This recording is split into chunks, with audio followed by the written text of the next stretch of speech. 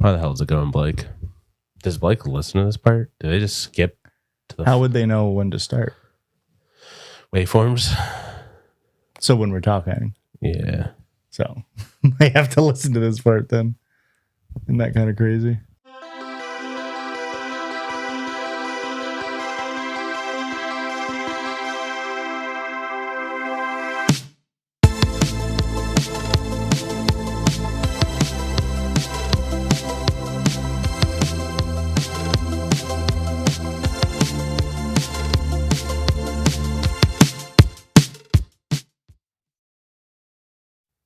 Hello, boys, gals, non-binary pals. Welcome back to the number one judgiest place on the entire internet. My name is Josh. My name is Rick. And my name is Christian. And we are The Judgies. Back and more yellow than ever. Season 7, the color. The season of colors. Okay. Every week we have to wear some piece of clothing with the same color. Really? And we have to do a different color every week. 52 colors? Yeah, we're wearing 3 colors right now. Dandelion, yellow, This isn't really dandelion. goldenrod. Yours is more dandelion. Mine's more like I call that golden butter. Butter's good. Like a buttercream. I Yeah. agree with buttercream. Yeah. Christians, we can all agree, is yellow. Oh yeah, that's like That's the color of his energy. That's like quintessential. When you open up a new watercolor pack and you crack Yeah. open the yeah, but like the Crayola watercolors. Yeah. right, the ones that aren't natural. Yes. There's something wrong with them. Yeah. Yeah, it is something fucked up. Yeah. Yeah. All I'm saying is I'm seeing that on your face and I know there's something fucked up. Yeah. I don't want to talk about it. So we're not going to talk about why you're wearing a ski mask. I had to take a mask test for work. Yeah. A mask test? Yes, a mask fit test. Oh, okay, right. A fit test. And I don't want to talk about it. Did you fail the fit test? I almost wish I would have. Okay. I feel like that would have made shaving your beard worse. Yeah, I had to shave my beard and I look like a hideous freak. No, you literally don't. I look like a fucked up monster. So this is the second time the balaclava. Is this the same balaclava or did we purchase a second balaclava? No, Same it's the one. same one. Really? We found it. We found it, yeah. Okay. Yeah. I had it with all of our winter hats. It was at the bottom of the winter hat box. Barely used. Barely used. Mm-hmm. But now is the fold up at the bottom a choice to make you look like more like a Circ'd Up cock or no? Is it better without it folded at the bottom? I feel like it looks... I thought it was because it's friggin' hot and you're going to be sweatier. Which one looks better? Did we like the cuff or no cuff? That one looks more terrifying, but the other one looks goofier. Goofy in a good way or goofy in a bad way? Cock way. Okay, okay. So it looks Heel. like an uncirced. Yeah, now you're Circ'd Up. Now you're cut. Okay. Yeah. Okay. You got a hair. It's the only one he's got on his I was gonna face. say it's the only one left. Season 7 is here. We're not even going to talk about what we're not doing anymore. We're not It's gonna not bring even it up. here. Oh, you like got rid of it. Welcome, and it's We season. burned- Don't well, we even tried to talk. burn Don't it. even talk about it. Okay. Yep. Don't even talk about it. Flame My resistant lips are is weird. sealed. Please dump it. Oh. We do need you to talk about other things. Oh, okay. Yeah. For sure. So if you're new here, hello. Leave a like, subscribe if you're on YouTube, comment if you're on any platform that supports commenting. Follow us on all of our socials. We're here for a long time. Here for a long time. I hear we're here for a fun time. Yeah. I would hope. Speaking of fun times, Christian partook in one of my favorite pastimes just prior to recording and didn't give me the inv, which hurt my feelings a lot. What'd you do? I sent a picture of me spider gripping a soda to Josh. Yeah. He was spider gripping a big gulp, and I was not to the party. I don't understand. What is a spider grip? It's when you get a big gulp and you hold it from the top like this. You spider grip it. Got it. Yeah. And there's discourse in the spider grip community. There is a lot. If you spider grip something, where do you think the straw should go? What fingers should it be between? Either first and middle or middle and ring. Wow. If you had to pick one, which one you going with? Let me Simulate us, SG. I'm going first in ring. What? Hang on, you Or can't. first, sorry. I think I would go first and it's hard. I can't do it with this. I think I would go first and middle. Wow. Now this is where I place between finger and pointer finger and middle finger. I'm like a middle ring finger. I like it being in the middle of my hand. This is the discourse. I see people.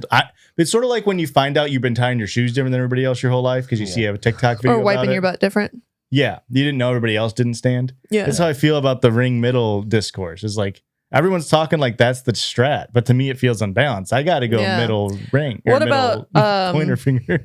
Middle and thumb, or you can't do that. I'll do pointer and thumb. Pointer and thumb. I would do that. Yeah, that's for when you're drinking. But if you're carrying, I got to have it. Mm. I think pointer and thumb is for if I'm in a car. Oh yeah, in a car and I'm spider gripping. That's how I'm doing it. Yeah. I tend not to spider grip. Yeah, the lids these days, shrinkflation. They're getting rid of honestly whatever the retention mechanism on a lid is. The moment that traumatized me. Okay. I think I've told the story on the pod before, but I was at a movie with our friend Nick, and we had just sat down. I got a large root beer, and I spider gripped it. Yeah. In the movie, we just sat down. Previews are like just finishing up. Yeah. I spider gripped it. The fucking lid came off. It spilled all the entire large root beer all over me. And it's the middle of summer. So I'm wearing like shorts and a tank top. So I just have sticky like soda all over my lap. And a cold movie theater. In the movie theaters, blasting the AC. So it was fucking freezing.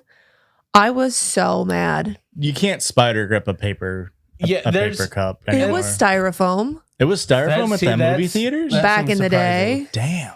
Because it really is, it's more about the integrity of the cup. If you get any deflection in the cup, you have a higher probability of lid coming off. Yep.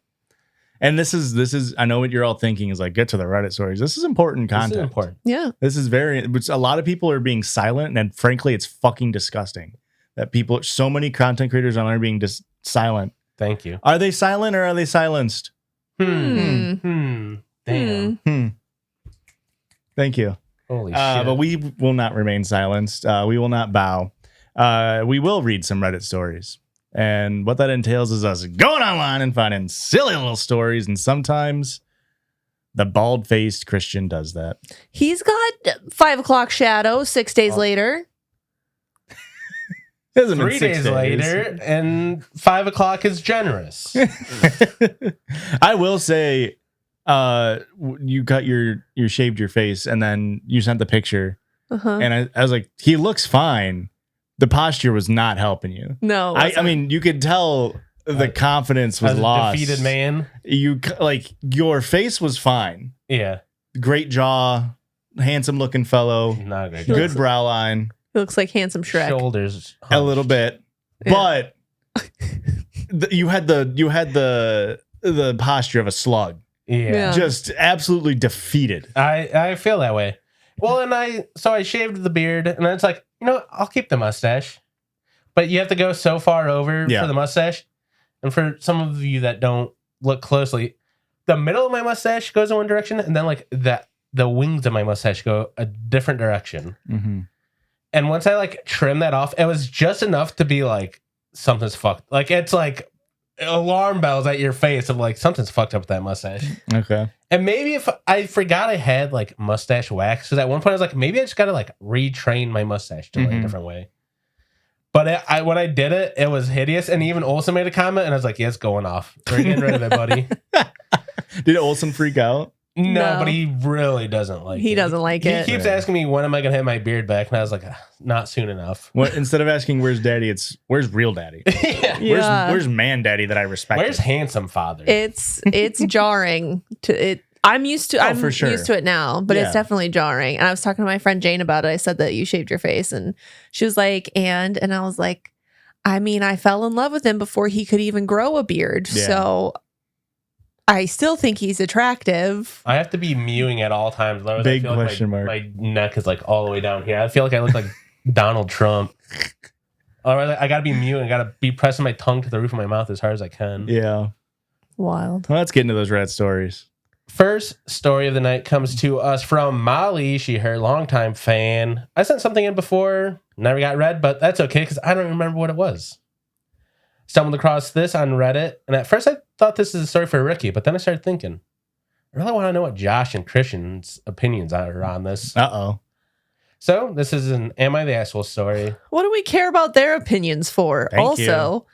I can read it and they can still give opinions. True. It can be a story for me and they can still talk about it. You got really offended. I'm hurt.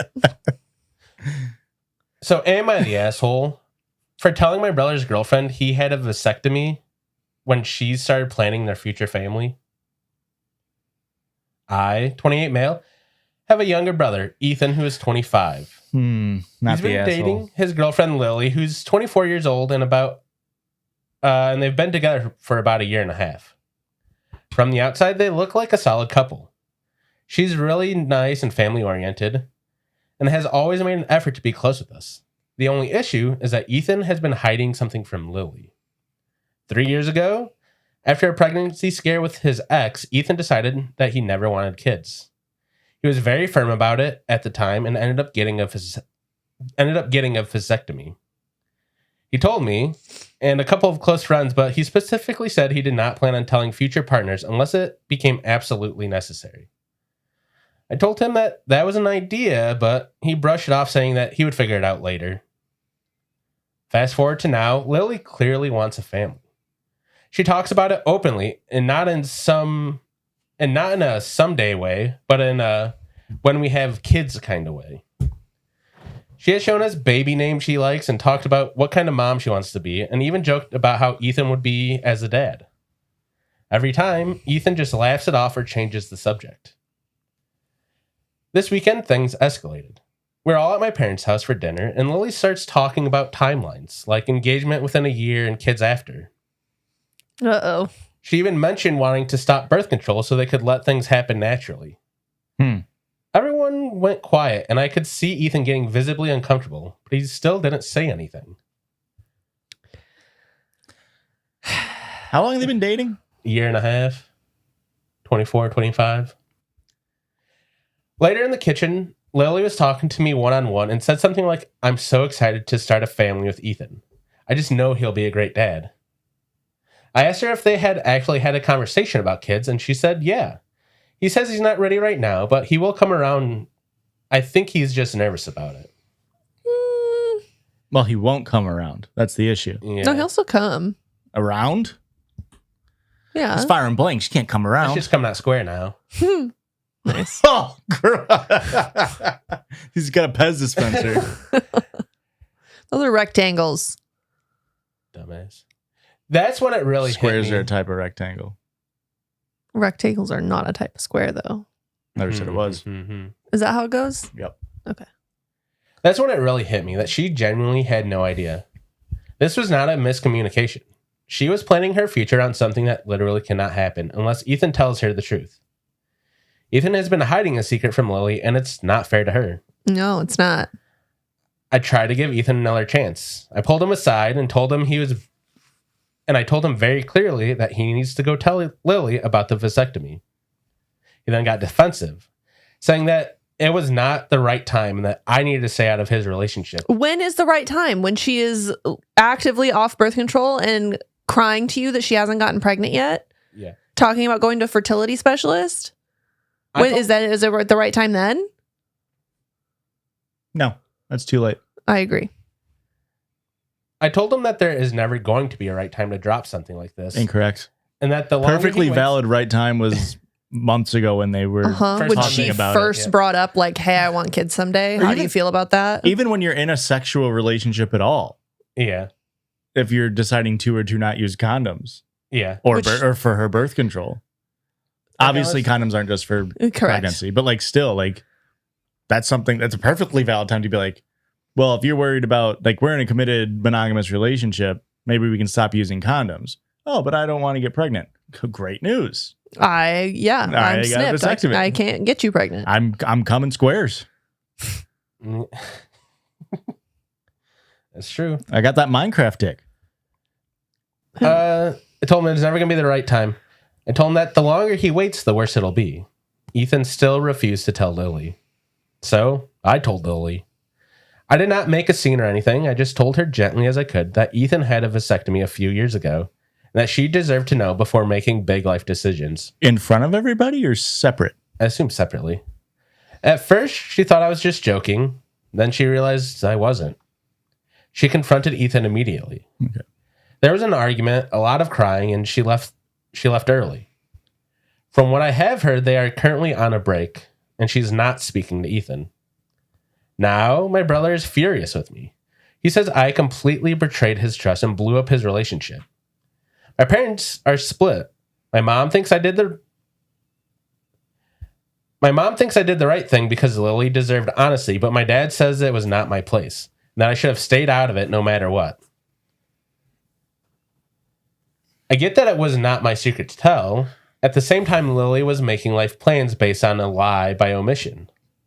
This is not like hiding a detail. This is something that fundamentally affects her future. Mm-hmm. I think about Ethan and his relationship with Lily, and I think about what I did. And I wonder if I did the right thing. I'm asking, was I wrong for telling Lily about Ethan's vasectomy? Or was Ethan overreacting? I guess he didn't have that. It just didn't end very good. I was gonna say, I don't know if Ethan overreacting is even part of my calculus here. Am I wrong for telling Lily about Ethan's vasectomy? Yeah.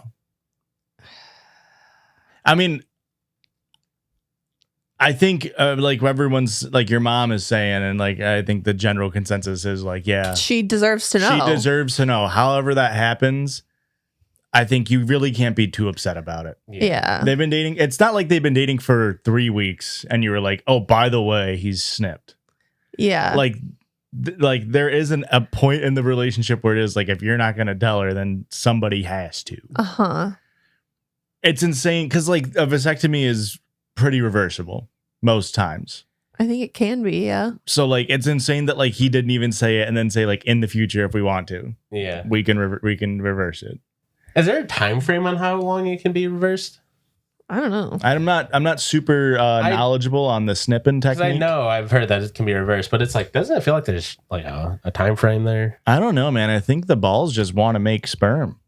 You just got to reconnect the tubes. You just snip the cutoff part of the tubes and reconnect the tubes. I mean, I know our medical field is very patriarchal in the way they do stuff, but like, there's a reason why men in their 20s can even go and get a vasectomy. Yeah, versus. It's not 100% reversible. Right. The procedure can almost always be attempted, but it does not guarantee the return of fertility or a successful pregnancy. It says that getting sperm back into the semen is about 60% to 95% of cases. So it's like, yeah, it's pretty reversible, but there's a chance nothing happens. Okay. There's also a chance if you get a vasectomy that you can still come rounds. Yeah. And it says your highest success rates occur within the first 10 years, that's a large like window. A way longer time than I was expecting. I truly thought it was like 3 years. That's all you got. Yeah, balls want to make sperm, man. 10 years is pretty crazy. Also, the fact you can still get people pregnant even with them cut, where it's like shit just bounces around in there, right? And sometimes love finds a way through the hole. Love finds a way, man. Yeah, I mean, because like, I mean, clearly you're keeping it a secret for a reason, and it seems like it's more nefarious than not. Yeah. Because why else wouldn't you just be open and honest about it? And yeah, like, I mean, I can criticize a 24-year-old for saying we've been dating for a year and I'm planning our future intently, but that's what she's doing, and that's not fair to her. You know what I mean? You know what I think is crazy? I think, so what they say, he was 25, got it a couple years ago. So let's say at least a 23. So at 23 years old, a man can walk into a clinic and say, I don't want to have kids ever, snip me. And he doesn't need a wife's consent. He doesn't need a woman's consent to do that. Right. And he gets painkillers, and he gets it covered by insurance, and he gets all of the other things. But if a woman goes in and says, I never want to have children, they make her wait until she's at least 30. Minimum. They want you to have kids already and then say you don't want more. And even then, you have to have your husband's permission. Yeah. And even then, like They make you wait till you can no longer be a leading woman in Hollywood, which is like 32. You know how I feel about all that? That's yeah. For real. It's fucking bullshit. It truly is. Truly is. I mean, yeah, because like that's what I was saying. Like a guy in his early 20s getting like being able to do it. So it's like that's the whole thing is like, again, it's patriarchal and fucked up. But like because it is reversible to an extent, which means he knows that, which means he should have told her that. Like to keep it into this story. But yeah, you're absolutely right. It's fucked up. Mm-hmm. I'm not saying that he shouldn't have been able to get one. No, absolutely. I'm just saying that a woman in the same position would not have been able to get one. Nope. Or would have had to jump through a lot more hoops to get it. You got to prove you got like 5 diseases that. Even then, they're like so adamant against it. Yeah. It's insane. You got to freeze 12,000 eggs. You got to prove you got 20 diseases that if you don't have it done right now, you're going to die tomorrow. Yep. And you got to be married and have your husband sign off on it. And then even getting... Don't even think about being a lesbian. Even getting approved for those diseases, just going to be your doctor like, are you sure you didn't have water today? You're just tired? You're on your period? It's fucked up. Also, it's fucked up that like so many medical researchers like, I guess we didn't think about testing on a woman until the year 2000. Yeah. Oh, we never did a clinical study on a woman until 2000. It's like, what are we talking about? We don't know the effects of these drugs on women's bodies, just on men's. Wild. We can't talk too much shit about science. We're gonna start spinning people the wrong way. So I was anti-science on last week's Not Advice, and now I'm the bad guy because you guys are anti-science now? I'm not anti-science. Already switching it up. I've never switched up. I've always been pro-science. Even pro-pseudoscience? Sue really do science. She really do. She do be doing I science. was the one that said that, so... Next story of the night comes to us from Diego. Hi, Judgies. Hello. It's Diego, and you can say it. Found the story and thought you'd like it. Much love from the East Bay. Which, do you know where the East Bay is at? I truly don't. Baltimore? Yeah, Maryland. Really? It's where the Old Bay seasoning's from. Really? Come on, man. You got to know this stuff. You got a yellow mask on. This is classic yellow mask knowing antics right here. This is going to sound insane. And now that I'm thinking about it, it makes so much sense that Old Bay's from the East Coast. Because the crabs. In my head, it's like, that's for sure like a Washington State thing. Nah, man. It's from Maryland. That makes a lot I of could sense. be wrong about all of this. I'm just fucking with Christian. I also was like, just throwing something out. You fuckers. And then you were like, yeah, it's Maryland. I'm like, oh, No, you fucking fuckers. maybe I was right. You guys are absolute fucking fuckers. I just found out where Old Bay seasoning is from, and I'm not going to say which one of us is right. Oh. I will say it is from Baltimore, Maryland, though. Oh, no. So, What about East Bay? Where's that at? who cares? We're right. Yeah. Hey, we're right. My priors have been confirmed. It's on the east. If I'm looking at a map, it's on the east. Today, I fucked up by unknowingly telling my 14-year-old students to stop fucking with each other until I could watch. Today, I fucked up by unknowingly telling my 14-year-old students to stop fucking each other until I could watch. Oh, excuse me? Today, I fucked up by unknowingly telling my 14-year-old students to stop fucking each other until I could watch. It doesn't sound any better. It finally happened, guys. I had my first devastating I do not speak middle school moment. I'm a 30s female teacher and have always been proud of my ability to make sense of the nonsense that 11 to 14-year-olds say that's ever-changing, trending, brain rot shit. But today I was humbled. It was the last day of state testing, and my group had been trapped together for 5 straight days of near silent misery. They are genuinely good kids, but after hours of testing, they were restless. A few asked if they could go to the back of the room and crack each other's backs. Okay. A few of them asked if they could go to the back of the room and crack each other's backs. Not that unusual. I set some boundaries, kept an eye on them, and they're literally just standing there back to back doing weird little stretches.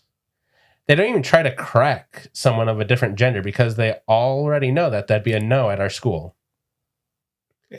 I needed a break. Wow, these schools are teaching kids to be gay, just like we all fucking thought. Wow, they stuck big chiropractic in our schools just like that. Now, if you're gonna fuck other students, make sure they're of the same gender expression. I needed a break to just move around and splash some water in my face after finally peeing for the first time in hours. Students know teachers will do this, and one of us will stand in the hallway and keep an eye on both of our classes at once, since we can't leave them alone. Before stepping out to grab the teacher next door, I casually called over to my shoulder, "Hey y'all, do me a favor and stop cracking each other until I get back." Every kid froze and stared at me.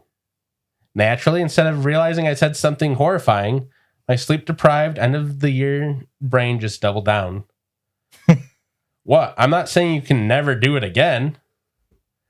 Mrs. So-and-so, just can't see you from over here, and I'd rather make sure you all aren't about trying to do something crazy or get rowdy and hurt each other. Now they're visibly losing it. I trust y'all, but I really do prefer to be here to supervise. And that was it. The room absolutely exploded. Kids were doubling over, wheezing, running towards me like they just witnessed history. I'm horrified and still confused as fuck. Seriously, not making the connection. That's a testament to end-of-year teacher brain. Mrs. No, that doesn't mean what you think it means. Cue my soul leaving my body as I learned that cracking apparently also means fucking.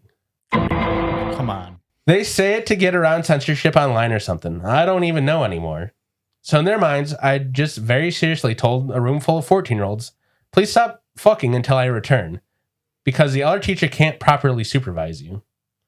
A few sweet girls hugged me while I died inside and tried to explain that technically my statement made sense in context. I'm in my 30s, and I thought I was reasonably current. I may not know every lyric to every mumble rap, but I know enough to survive. So I thought. Kids don't listen to mumble rap. Mumble rap is your age, dumbass. Yeah. That's us. Yeah. Our generation was mumble rap. Can you give me an example of mumble rap? Living life like the getting wisdom beginning. Who is that? Can't remember. Okay, I don't know that one. I mean, pretty much. This here lifestyle. You don't remember that song? No. It's a great song. I mean, a lot of 2016 to 2020 rap. A lot of Migos. Yeah. I don't really know their stuff. You wouldn't know mumble rap if you heard it. I truly don't know how. I was just asking for an example that I would know. Migos. That was a really good one that he gave you. Yeah, Lifestyle rocks. It's a good song. Okay. Designer. Yeah. We got Broads in Atlanta. Panda by Designer. Panda. Okay. Great song. I love Panda. Okay. Was that the end of the story? That was the end of the story. It's just them being embarrassed. Am I crazy? Cracked is like cracking someone. Like, I understand that's popular now, but to me, that's like a phrase that's been around for a while. Getting cracked. It wasn't used frequently by any means. It wasn't our when we were teens, it was like piping down or getting piped. Yeah. Laying pipe. I feel like getting cracked has been at least in the last. At least since COVID, right? To me, 6 years. To me, it feels like mogging, where it's like mogging was a thing, but it was for a very small niche thing, and then now people found out about it, and then mogging became like a really widely used term. I feel like it's the same for this. Mogging was a thing back when I was in high school, and like on the forums. Contextually, to not understand that what you just said immediately could be construed as sexist. I mean, she was saying that she was very tired. I get it. I'm not saying that teachers aren't overworked and underslept. I don't know. It sounds like that's what you're saying. I am saying that, honestly. Work them harder. And they get paid too damn much. Oh man, well, they get their freaking entire lessons plans made for them these days. Hey, I wish I got summer vacation. I wish you guys could see my face. The face really sold it. The mask might not sell the. Yeah. We are primarily audio listenership. Yeah, so nobody was going to see. Most of our listeners weren't going to see your face. You can definitely hear it. We can hear your face? Yeah, you could hear the face I was making. Okay. Yeah. I mean, this happens to every teacher, I imagine. There's a real big moment where you say the most embarrassing, funny thing in the world. Mm-hmm. Yeah. And there's nothing you can do about it because language is always evolving. You're never gonna keep up with everything. Eric didn't even know what mumble rap was a few seconds ago. That's true. I had heard of it. I just needed an example. We got to get you into lifestyle. That specific song you were... That song rocks. Who sings it? I have no idea. If I heard the name, I would be like, oh, yeah. Okay. He didn't have I don't think he had very many big ones. Yeah, I don't. But he was living life like the beginning, but it's still in the beginning. Okay. Yeah, that's the lyrics. Sure. Thoughts? Sorry, my brain's getting cooked in this mask. Are you going to wear it the whole episode? I'm taking it off, I think, guys. What? Oh, you'll see it after this break. No, we got time for one more story, I think. Oh, What time did we start? Because You just didn't have your phone in your hand, which was confusing to us, too. That's because my brain was melting over here. So take it off. So you're the host, and we were just like, well... You guys ready for the shit?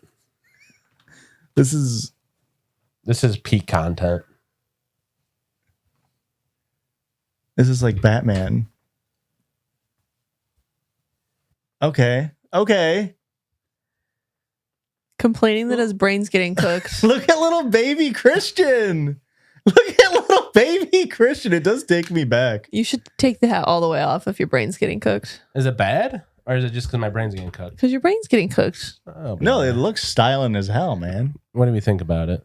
What do you think? The face? Well, you've got like... You look like you're a little baby Christian. Yeah, no, I gotta suck my tongue in as hard as I can. Otherwise, my chin's down here. Nobody's looking at your chin, man.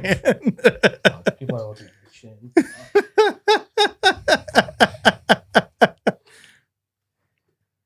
Rich Gang was the artist. He's got a scarf. Bro. I don't want... Stop! You don't have to make a deal about it. Fuck. He's now scarfed up. He's still circ'd, but only on the head. Your shaft has grown longer, but now you have scarf pubes. Damn it. The scarf is the same color as your shirt, so the camera's like not differentiating. That's fine.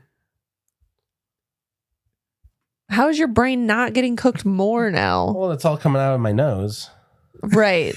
That's where all your body heat escapes from, is your nose. My big ass nose, it does. It's like an exhaust.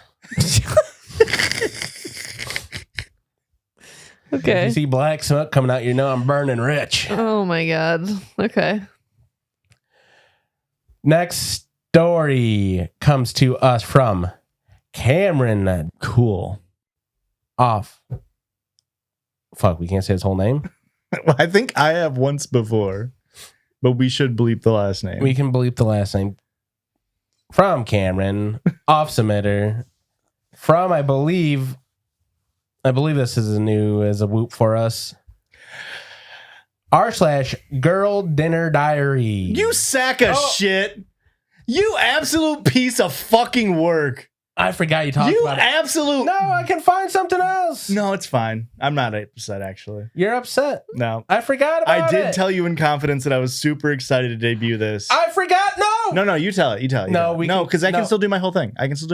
Josh, I can find something Christian else. Roger Kleckner. I can find something else. I promise it's fine. I can find something else. Cameron would be heartbroken to know that his story wasn't being read after being introed. Whoop. Here's the thing. Cameron's an off submitter. I could find 100 more stories from Cameron. Nope.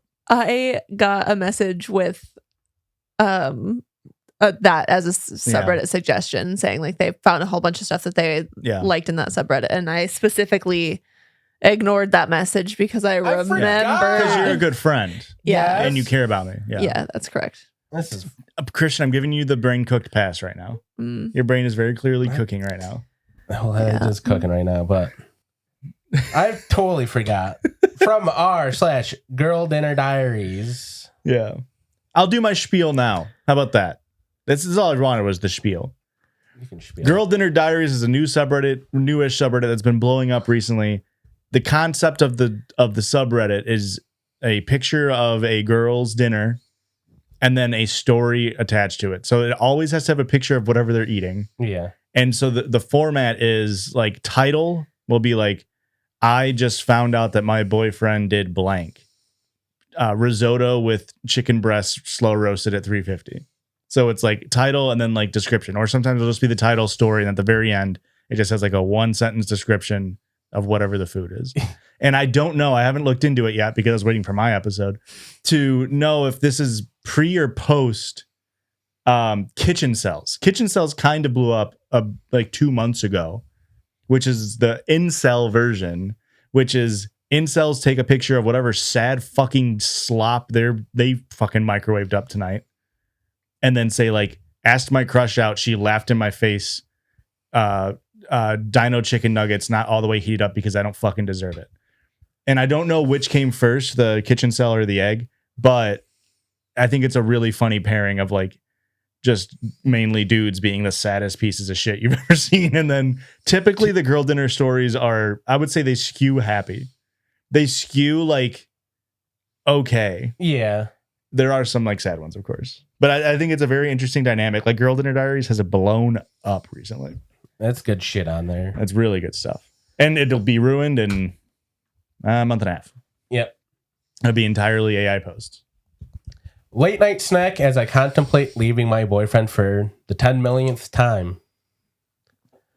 I live with my boyfriend and his brother and have been thinking about leaving for 2 years now. They don't pick up after themselves and expect me to play mommy. Earlier, my boyfriend asked if I could clean the dining room, and when I went in, my brother-in-law left pizza boxes and soda bottles on the table, along with a bunch of greasy plates from the both of them. When I told him his brother should pick up his stuff, he said, "You know he won't clean it. You should just do it." Yeah. I wanted to go fucking ballistic. His brother is a bum and doesn't work or do anything besides living in VR. I work the most in the house, but for some reason, every chore falls on me. And if I say no or forget to do it, he will tell me how lucky I am because no one else would put up with me. I feel like I have been thinking of leaving him for years now, and that probably means I should just get out, but I'm scared. Yeah. Mm-hmm. I've been with him for 8 years and haven't been single as an adult. I've never lived on my own as an adult. 8 years? And you've been putting up with this shit? We live in one of his parents' properties and he refuses to move out because we don't have to pay rent. Nepo baby landlord. And he wants to take advantage of that. Ew. He's taken advantage of a lot of trusting loved ones. Yeah. We haven't even touched each other in over a year. And after this, he told me that he's only attracted to feminine women. Just go. Thank you. Now all he does is talk to AI chat bots in bed while we lay with our backs to each other. What? I'm at the point where I just don't want him to touch me. I feel like our maturity levels are so different at this point, and I think the only thing I can truly do is leave him. Yeah. I scheduled a visit at a nearby apartment complex, and I'm going in for a tour this weekend. Good. Anyways, here's my salted cucumbers I'm having. How good do the salted cucumbers They look pretty good. So it's a solid plate there, but this is literally just, I can send it to Blake, actually. That's a better idea. This is the other dichotomy of kitchen cells versus Girl Dinner Diaries, is even if it's something as simple as salted cucumbers, the girlies know how to get the angles, working the filters, whatever. Because even something like that, a paper plate with cucumbers on it, it still is, yeah, that looks good. If the kitchen cell subreddit was like, all I have for dinner is this cucumber that I fucked myself with tonight because my crush didn't say she wanted to fuck me. And it would just be the most disgusting, like thrice used plate, didn't get washed a single time. Cucumbers like wilted. You can see through part of the cucumber, but not through all of it. Yeah. And something else about Girl Dinner Diaries, if you go to the comment section on any of them, is it's Girl Dinner Diaries. It is not an advice subreddit. It is not ask, like, you know, am I the asshole? Even there, that you're like asking for people's opinion. The top comment is always, this is not a post that they're asking for what they should do. So the top comment is a mod pinned comment that's always like, if you want to give them advice, put it here. But if the OP doesn't want to, they never have to open this up. And then any comment that's in the section that's like, you need to do this, will just get deleted. And so all the comments just have to literally be like, yeah, this fucking sucks. This guy fucking sucks. So it's kind of nice. Yeah. It's kind of a nice turn. And a lot of the comments are like, you go, girl. Like, you do what's best for you. Also, here's a way to spice up your recipe. And it's like, add 6 tablespoons of vinegar, half salt, half ground black pepper, and 2 teaspoons of sugar. It's a little sweet and sourish. It's like, what? It is just a loving community, and I'm sure the kitchen someone is vile, horrible, horrendous, terrible. I probably was at a restaurant with her fucking boyfriend recently last night. Ooh, because maybe this happens to y'all. It's a chain restaurant, and I feel like it wasn't popping. It was 5 o'clock on a Thursday, so we were like before the dinner crowd, really, right? Yeah. And we go in, and there's a whole ass restaurant open, and table or booth. We get a booth, and the hostess walks past 3 empty booths, and then put us in the booth back to back, right with the other people in the booth. And I get they have like a way to do it with the waitress, but like the next people that came in sat at the booth next to us, and it's like, well, we could have just urinal ruled this, right? Put one in between us until we have to fill them up. Yeah. But I was back to back with this guy, and Aurora was talking to me, but I was like, I'm not listening. Hang on, because what was going on behind me, was very interesting. Because it was this guy who what perked my interest was I heard him say like some Medicare for all, and I was like, whoop. You don't normally hear about people talking about Medicare for all in these parts, let alone a family restaurant. Mm-hmm. Yeah. And so I like perk up, and they're like talking about like how like Mexico's doing Medicare for all. And then the other guy's like, oh, who's going to pay for that? And I was like, oh, here we go. And then there's like silence for a second. And the guy goes, oh yeah, I just asked her, and she said that blah, blah, blah, some Obamacare. I couldn't hear all the conversation. And the guy goes, oh yeah, that's probably terrible. Another long beat. What do you mean you asked her? And he's like, oh, I just asked my chatbot. Oh my God. And he's like, oh, you have a chatbot? And he's like, yeah. He's like, do you pay for that? And he's like, well, there is a free version, but if you pay for the upgraded version of her, he kept saying her. Yeah. Then you get like more storage and like more queries. And the guy's like, has it ever told you something that it like didn't know? Like it just made something up? He's like, no, not really. And like, if you do catch it, you just say, and then it knows for the next time. Yeah. Yeah. And then they just didn't talk after that. You could tell even these two of the most Midwest, what the fuck are you guys doing? They like people who post on kitchen cells looking motherfuckers. Even the one guy was like, oh, you're talking to AI this much? Oh. What the hell? So that's probably who I sat next to, is this person's. Do you think he's offended because the Pope said we shouldn't be using AI? And he's like, the hell, this blasphemer. I had a similar situation when I went down to visit Sydney.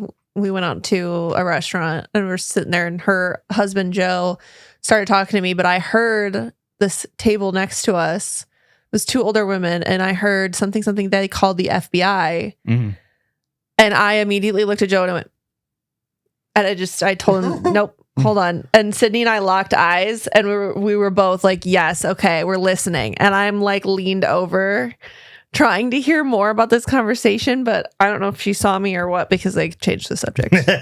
Not very subtle. Yeah. But I was like, Joe, shut the fuck up. Joe, shut up. I'm trying to hear. I wonder if they heard us too, like stop talking, because we were talking, and then I go like, I'm like, shh, hang on, we gotta listen to this. Yeah. But Aurora's not super subtle with stuff like that sometimes, and she goes, oh, okay. And then we go quiet. I'm like, what are we doing? Catch you on the other side of this break. Bye.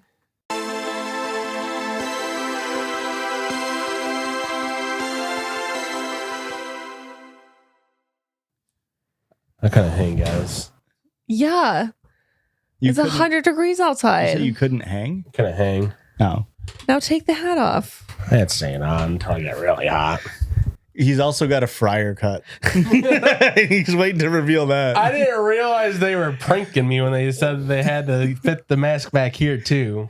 The respirator goes up here, right? Your skin breathes. It's a permeable membrane. It's a permeable membrane. Welcome back on this side of the podcast where we like to open up with something we call the Circle Judge. What the hell? It's the Circle Judge. And if you're new here, that's where we judge around this circle. Christian, what do we got for this week? This week, I was starting to cook up a circle judge. I was trying to come up with a trolley problem. We'll have it on my next episode. Okay. But while I was I'm going to steal from you. Perfect. Yeah. While I was doing that, I started that classic move. I made up 2 of them. Stopped there. And then when I was finding stories, we had a listener submitted moral dilemma, circle judge, and I was like, hey, rip their shit. The old yoink and twist. Well, if you did it first and they just happen to also have the same idea. Well, these aren't really even trolley problem. There is literally the trolley problem on here, but we will probably skip that one. This one comes to us from Kat. Hi, Erica and the others. Fucker. Hi. I have a circle judge idea. And they pretty much bring up you know how the internet's being divided on the red button, blue button dilemma? Yeah, 2 months ago. Yeah. Anyways, I thought it'd be fun for you guys to answer some more moral dilemmas and get progressively worse or harder. They've also included their answers if we are interested in them.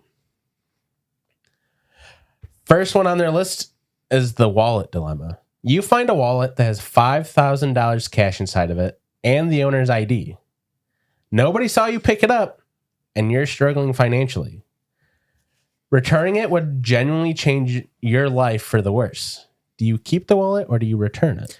How would returning it change your life for the worse? I think the opposite is the true statement. Yeah. Not returning it would make your life a lot better. Correct. Like you really need the $5,000. Right. Yeah, some of these are worded a little. But that wording is very clearly framed for our listeners' take, which is you take the money, which is if you don't return it, your life's going to be worse. Yeah. Your life is going to remain unchanged. Right.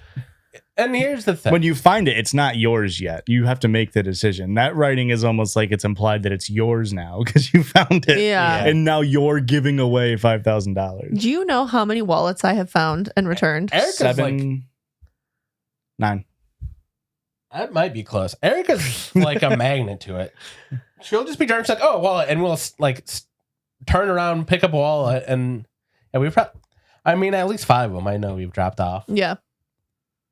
Like we were literally driving behind some truck and I saw it fly off of like he must have set it up on top of the cab. Yeah.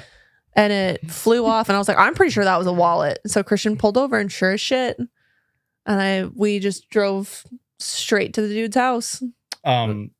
2 things. One, I just saw this TikTok of a guy who put a gallon of milk on the top of his car and was leaving. Getting people's reaction. And so many people were stopping and being like, there's milk on your car. And he's like, yeah. Which obviously people were being nice. Yeah. But all the comments were like, why the fuck do people care so much? I mean, and it is funny because it's like, there's so much you could do in life and be looking out of place or weird. Yeah. And people wouldn't stop you on the street. They'd just be like, the fuck's that guy doing? But milk on the car, like everybody's benevolent side is like, excuse me, sir, your milk's coming out. Milk's expensive. Your milk. Secondly, just recently, it's not the wallet, but I found a driver's license in the middle of this intersection right here. Mm-hmm. And I was taking Molly on a walk before I'd already gotten up, so I just went over and drove it over there and just put it like outside the door. And it was a lot further than I was expecting it to be. Yeah, I'll say that. A little bit like, how the heck did it end up here? I told you guys about the cell phone, didn't I? Well, I know I told you. I was driving behind some kid. We were at an intersection turning. We were both turning red. And I saw his cell phone fall off of his trunk. Mm.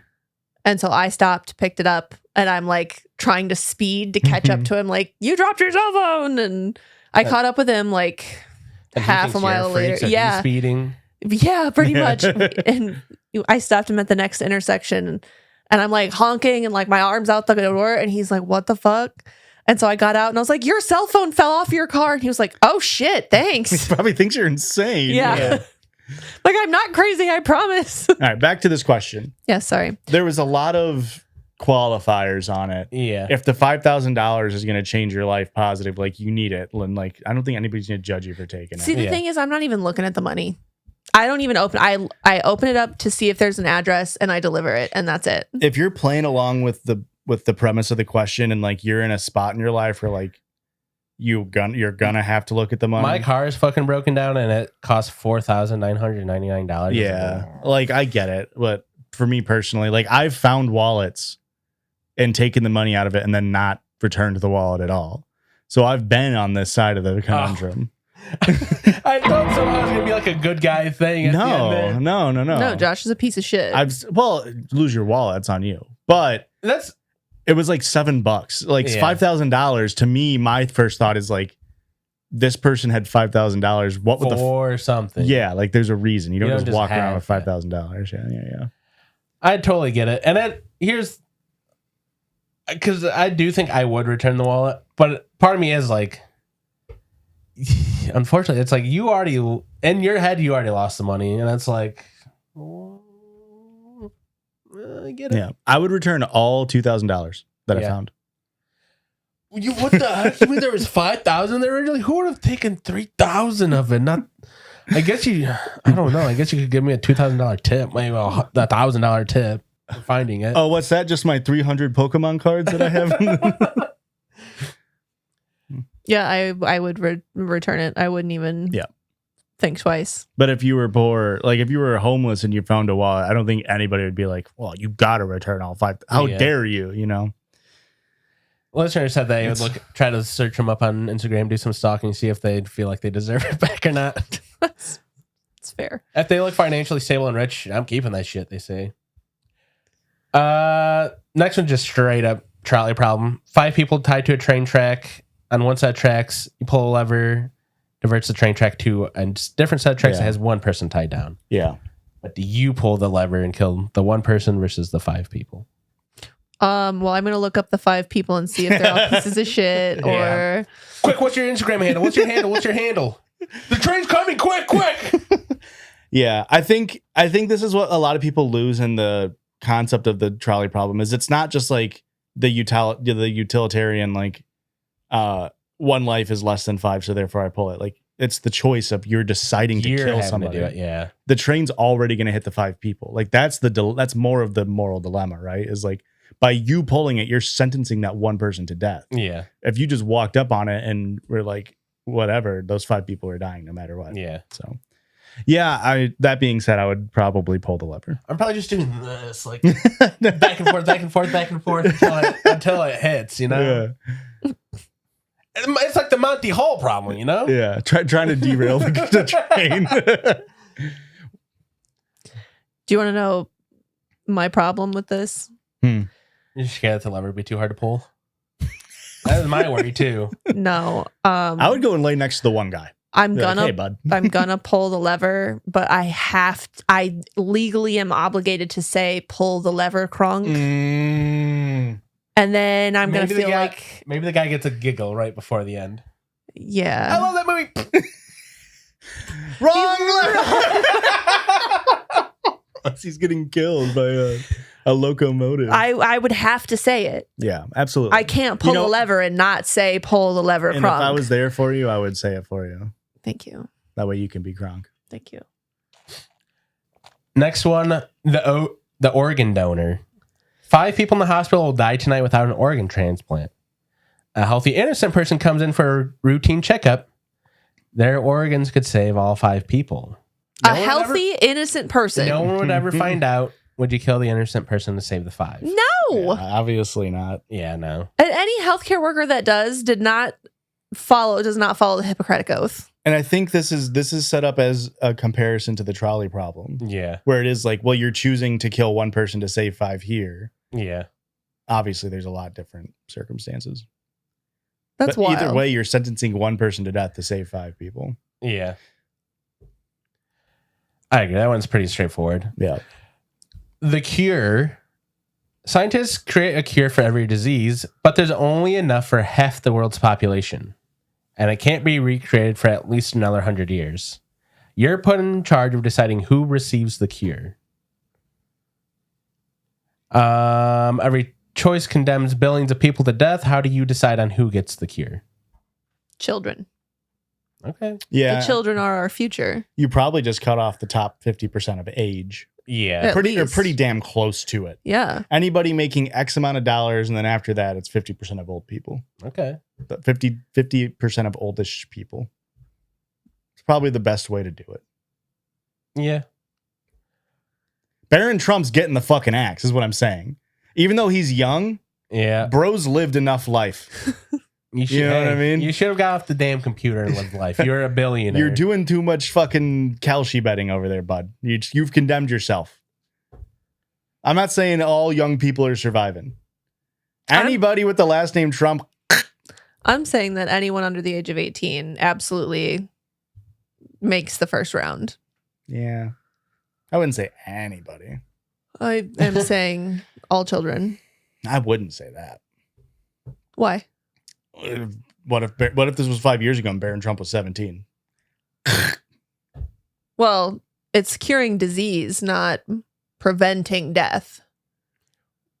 Huh. There are other ways for someone to die that's not disease. There are other ways to. You want to give Barron Trump in this scenario, you want to give a hypothetical billionaire's child the cure. The cure to disease. And then shoot him with a gun? Is that what you're implying? I guess I don't know what you're trying to say. I am saying that there are other ways to die than disease. Yeah. So he might not live anyway. You're probably going old. You're probably saving a couple like Einstein type figures that are old. Yeah. You probably save some old geniuses, and then you probably kill a couple of sub-18s is all I'm saying. Yeah. I'll keep a Norm Finkelstein if we can off a Barron. Is all I'm saying. I'm saying that there's no way that just children are half the population, right? I have no idea. It depends. I have no idea. Because like we live in America where like population growth grows every year, so I guess right? Yeah, there's definitely way more young people than old people. Okay. Is that what you're saying? I'm specifically children. Like under 18? Correct. Well, I don't know. That's what I mean. Is like in Western world, we live longer than like nations that don't have the amenities, but typically the nations that don't have the amenities also have more children per couple. You know what I mean? Yeah. So there probably is a lot of people who are under 18. Yeah, they're getting it. Yeah. Yeah, for sure. Just not Barron Trump is all I'm saying. Yeah. And I know he's not under 18 anymore. All right. Next one, the child. You can permanently end all wars, genocide, starvation, human suffering forever, and humanity become peaceful permanently. But for it to happen, one random child has to basically be tortured every day for the rest of their life. Jesus Christ. What the fuck? No one except you will ever know it's happening. Do you allow it? Yeah. I suppose so. You have to do it. No. Yeah, not if I gotta be pulling the fucking executioner's axe. Are you kidding me? If you can guarantee no more wars, pretty much utopia. Yeah, shit's just solid. And it's actually a utopia, not like a dystopia. Yeah. Barron Trump's gotta get tortured. Dude, you're 3 years too late. Damn it. No, I don't know. It's a hard one, man. That one, it's like, I don't want to be the guy pulling the lever. Yeah. I mean, I can't imagine me torturing somebody unless it's just me sitting next to them in silence for a while because I ran on a conversation, I don't know, 4 sentences in. This is the classic, you get $100,000 every time you push a button, but somebody randomly in the world. Yeah. Or what was the one? It was like, that's actually the next you can one push this button if you want to. But every time you push it, somebody gets electrocuted. And you could like hear the person getting electrocuted and people would still hit it. Yeah. And it is like, what the fuck? Yeah. But as long as, but when you realize like you're the one who's doing it, it's more messed up. I don't know. That one's hard. Yeah. That one's probably the hardest one. The idea of hurting a child is pretty brutal. Infinitely. Yeah. It's not just like it is infinitely too. A kid gets slapped. It's literally infinite torture for one person, and you're the one saying like, "Yep, sign me up for that." Listener does write something on here. They say no, not because of the child. I don't believe that human suffering is inherently bad. I think it's supposed to be IE, the good place. I think some suffering is quite necessary. Grass is always greener, baby. That's a hard sell. That's a hard sell when it's literally being propped up against like literal actual utopia. Yeah. It's one thing to be a theoretical like no, life would be really good, but it's reality. Yeah. In this hypothetical, it's an actual utopia where everything's perfect. Yeah. It's a pretty hard sell. I would feel better about it if it was just a straight up sacrifice. Just killed. Yeah. Absolutely. It's a no-brainer. That feels a lot easier. Yeah. Because you can make that painless and... It's time to track. Yeah.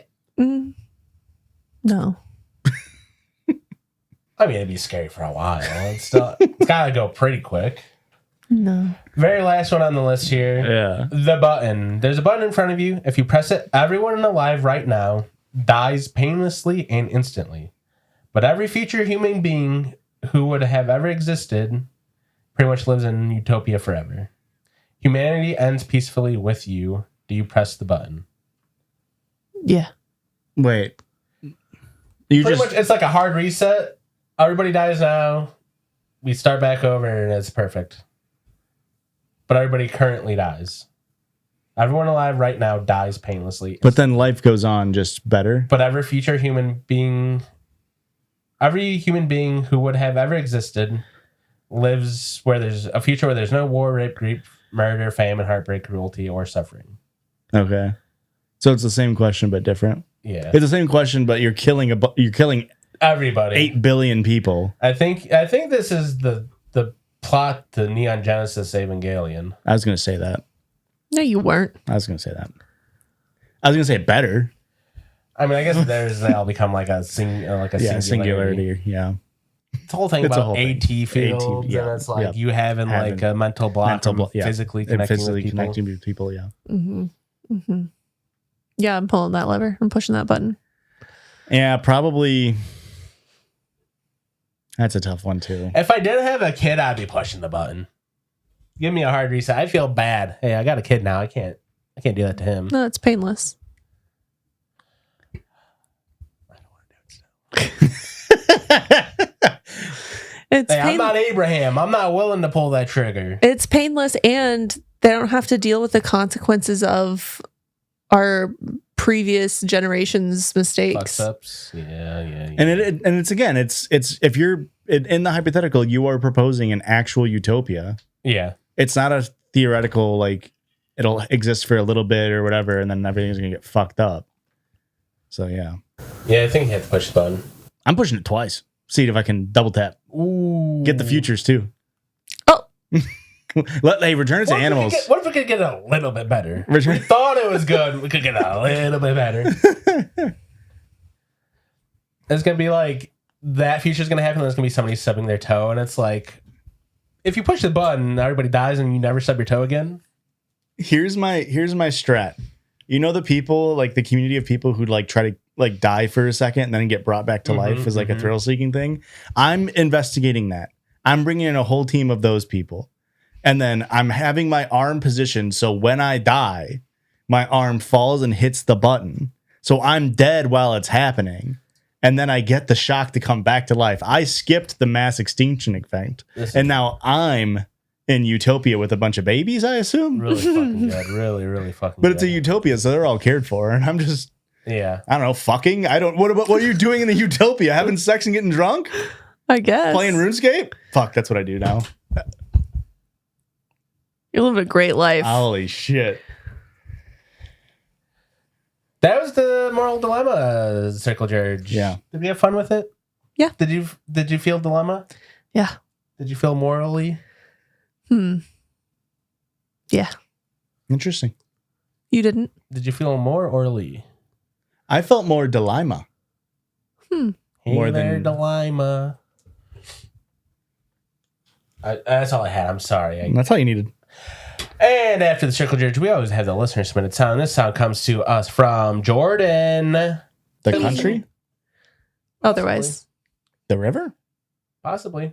I've been a listener since episode 9. Crazy. You guys are the first and only podcast I've listened to. And I'm a certified ultimate piss baby since October 2023. I'm glad you like our show. Branch out. There's other shows. Give one other podcast to listen. No, we're kind of top. Did you see we got ranked on some dog shit website? We hit the top 100 Cloud 10 podcasts. Ooh. Oh, just for Cloud 10 though, huh? And then they ranked us like in the top. I love you, Cloud 10. They got 101 or what? I mean, to be fair, we were like pretty high. In the 40s, I want to say. Yes. Okay. And then we were also ranked on like top 60 yap podcasts, like yapping podcasts. I like that. And we were like 35-ish. I like that. And we had at least one below us that I was like, wow. They're lower than us? Well, it's like, And again, in Cloud 10, it's like they have some podcasts that have like huge name recognition where it's like, oh, fuck. Yeah. Can I just reach out to them and get them on our show? They probably hate it. asking like Meghan Trainor ethical and moral dilemmas and trying to get like an actual non-PR based answer. Yeah. Asking Meghan Trainor if she's ever shit herself in a banal way. Yeah, come on, Megan, get on the pod. Come on, MT. I've been sitting here on this idea for years, ever since you guys first referenced the chats. Finally took the time to put my brain to work and wrote that shit down, and I had it in my notes since January, but I was too embarrassed to send it in. However, you guys referenced it like 3 times since then. Today, I was listening to bonus episode 307, and Josh referenced Smoko. Then I opened up my memories, and the first thing I saw in my memory was seeing the chats from 4 years ago. I took this as a sign from the universe and finally recorded it, and I'm submitting it.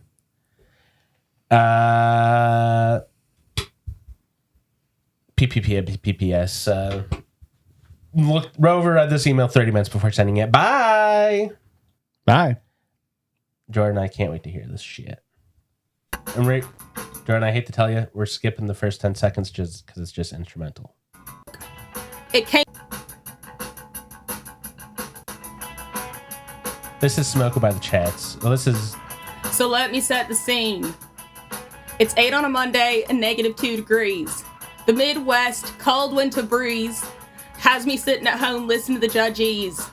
It was there that I heard a joke. It came from Josh and made Ricky groan. What? Christian tipped his head back, and when he awoke, he looked confused and asked, "Did I just fall asleep?" In the middle of the show, did I just fall asleep? Brother, I'm way too stoned. I mean, allegedly. I took an edible. Did I just fall asleep? On the bonus episode. That was so good. Hell yeah. I loved it. Loved Smoko. Loved the cover. And honestly, you crushed it. We are ranked 33 on the 45 best banter podcasts. Okay. That's not bad. That's not bad. And just below us is Only Friends, who I've seen their clips on TikTok before. So I thought that was interesting. Good for us. Yeah. Can I get Yes, you can have that real back. quick? And we are it's relevant. Yeah, boy. Let me do it one more time. Blake, help me out. Yeah, boy. We're also 80 on top 100 chatty podcasts. Where the fuck is... Thank you. And we are 3 spots ahead the Shane Dawson podcast on that one. Huge for us. Yeah. So how about that? Bad for Shane Dawson. Shouldn't have done those things, Shane. You know what you did. You know what you did. You shouldn't have done those things. Yeah. After the listener submit sound, we have a listener submitted story, and this one comes to us from, you can say my name, Mona. And one last update. We are number 40 on the top 100 Cloud 10 podcasts. That's pretty huge. Top 50. Yeah, boy. All right. I'm sorry. We're kind of big dogs over at Cloud 10. Top 40. I can't believe there's fucking 100 Cloud 10 podcasts. I go down them. Yeah, it's awesome. If you're not aware, Cloud 10 is the people who produce our show, pretty much. The network we're on. Yeah. This story is called "The Scariest Stranger Experience." Almost got murdered by a wizard. Hi, Judgies. You can say my name. It's Mona, she, her. I'm a recent Patreon subscriber and been listening for about 3 years. And I think I finally have a story worth submitting. Me, 20 female, and my boyfriend, 21 male, recently went camping in Tasmania while visiting my dad. After a week of lovely camping memories made, we set up in a secluded campsite beside a dirt road completely surrounded by thick rainforest. We were the only people out there. This isn't the person who did the listener submission, correct? Like the listener submitted sound? No. It's kind of crazy. We did an Australian song and now we're in Tasmania. Yeah. They're different places, Josh. Yeah, but they're very close geographically. They're both Oceania. Is Tasmania not just south of, like southeast or west of Australia? No, Tasmania is off the... I'm thinking of Madagascar. Never mind. I don't know. Isn't it kind of... It's like right off the south coast of Australia. I'll look it up. I was definitely in my brain. I was imagining imaging Dragons. No, that's just crazy. It's pretty close. That is pretty close. Which means this listener might be Australian. Tasmania, Australia. We had no cell service. That night, we had our usual routine of tinned soup, drinks, chatting, and then bed. Definitely Australian. Around midnight, my boyfriend, Brandon, had fallen asleep, and I was drifting off when I heard rustling in one of our bags outside the tent. I was assuming it was a cheeky old... Oh, they're so Australian. Quoll, Quoll. Yeah. Quoll? You gotta say it with an Australian accent. Quoll. We'd seen earlier trying to steal our food. I was about to get up when I heard a gentle melodic whistling coming from behind our tent from deep in the rainforest. Not from the road. It's terrifying. You don't ever want... This is like an Appalachian thing where it's like you don't whistle when you're out in the woods. You don't ever want to hear whistling coming from the woods. It's a bad sign. Why don't you whistle in the woods in the Appalachians? You get got. Oh. By who? No, I can't talk about them. Skinwalkers. Oh, okay. Whatever eldritch being lives in the Appalachians. I gotcha. And if you ever hear a call for help, you don't go to it and say, that's not my business. It's a Wendigo. Or a Wendigo. It depends on how, which part of the country you're in. Which side of Mississippi? Mm-hmm. It came from the rainforest, not from the road. Then I heard a grunt. At that point, I knew I did in fact hear a human. I was terrified. I shook my boyfriend awake and whispered, "There's someone in the forest behind us." We sat up in complete silence. We then heard it again, followed by a calm, "Hello there." No, come on. Hello there. Hello there. It's Christian's favorite quote of all time. Oh, you want it? Okay. I thought you were trying to make me do an Australian. I was like, you know what? I got it in me. Hello there. So you can do Ewan McGregor. We were absolutely shitting ourselves. What caliber of man emerges from a rainforest at midnight whistling? For the next few minutes, we heard cutting and hitting noises from maybe 10 meters away from the tent. We realized we were too vulnerable staying inside. So Brandon grabbed the camping axe, and I grabbed the car keys and my pocket knife. Now, on the count of 3, we got out with our head torches on. Paired with adrenaline, we could not process what we saw fast enough. Standing there before us was a barefoot man in a wizard robe, holding a giant staff with a light tied to the top of it. Far too calmly for being approached with an axe, he says, "Hey there, guys." We soon realized we had actually met this guy earlier that day.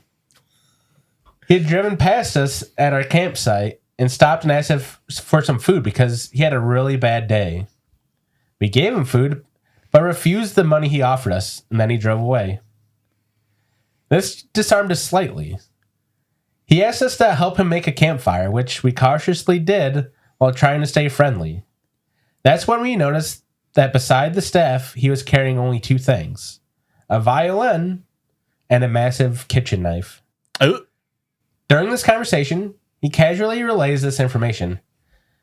1, he's been running from the cops all day. Okay. 2, his family has been trying to admit him to a mental institution, but he keeps escaping.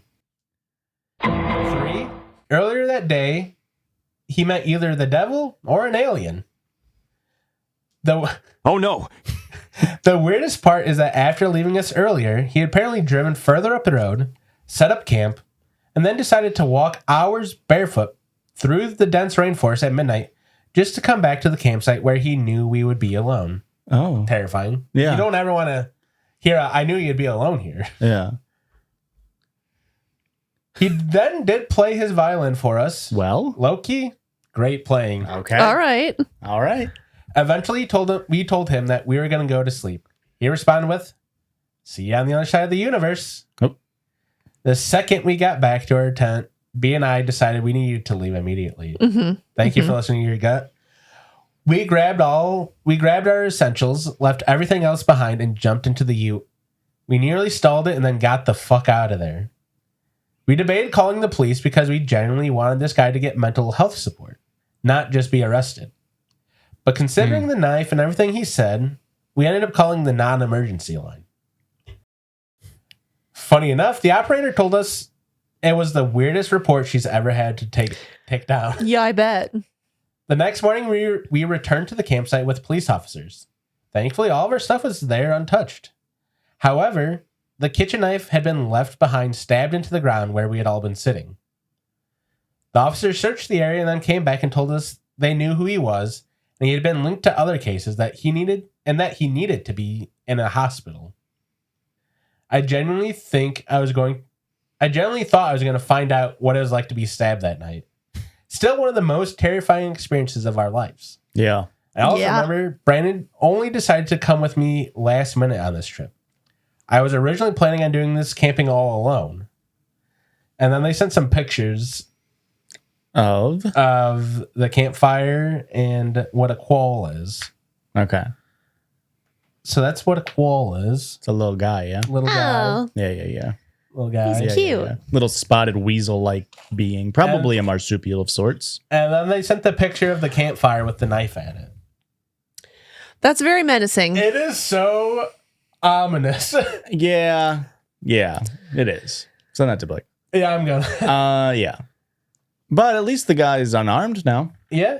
So hopefully there isn't as much of a tussle He's with. still got a staff. Yeah, and then they have a PS here. And all of his magic spells. I was going to say, and his wizard powers. The staff ended up being a 2-meter uprooted tree stalk that he tied his phone torch to using his charging cable. Unfortunately, he's resourceful. This guy's awesome, and you shouldn't arrest him. I've been told many times that this story sounds made up, but it is not. And here's some pictures to prove it. Wow. That's fucking terrifying. This is like why people don't want to go outside anymore. Yeah. It's like you'll find the Tanzanian wizard with the knife and the violin. He'll lure you in with his violin, and then he'll stab you. I really wanted to save this for like the Halloween Power Hour, but I was afraid I would like lose it in the mailbox or forget about it. Yeah. Because this is an extremely terrifying story. Absolutely. Yes. You need to go put this on Reddit. Go find Let's Not Meet and go type up the story on Reddit so you get 10,000 updates. Yeah. Yeah. Or don't. Just let us do that. Let us, yeah. Put it on r/Judgies pod. That way we get the updates. Yes. Yeah. But that was, hey, you had me shaking my little boots. I'll say it. Thank you, Mona. Yeah. I don't know about the laws in Tanzania, and I know like the gun laws in Australia have been getting weaker and weaker. But like that's like part of being American too, is like you go out in the woods and like obviously had a knife and you can very clearly die from a knife attack. But like you're out in the woods and like you hear someone, you're like they probably have a gun, and so that makes Americans be like, well then I should bring a gun. Yeah. And now we're all just gunned up. It's like you can't just go camping because you just assume everybody has a gun, which means you have a gun, which means now everybody does in fact have a gun. Yeah. Isn't that the same logic that they're doing with like nuclear weapons? Yeah. Yeah. We don't need to get into my take on nuclear proliferation. Okay. All right. We have one last story. It is a little long.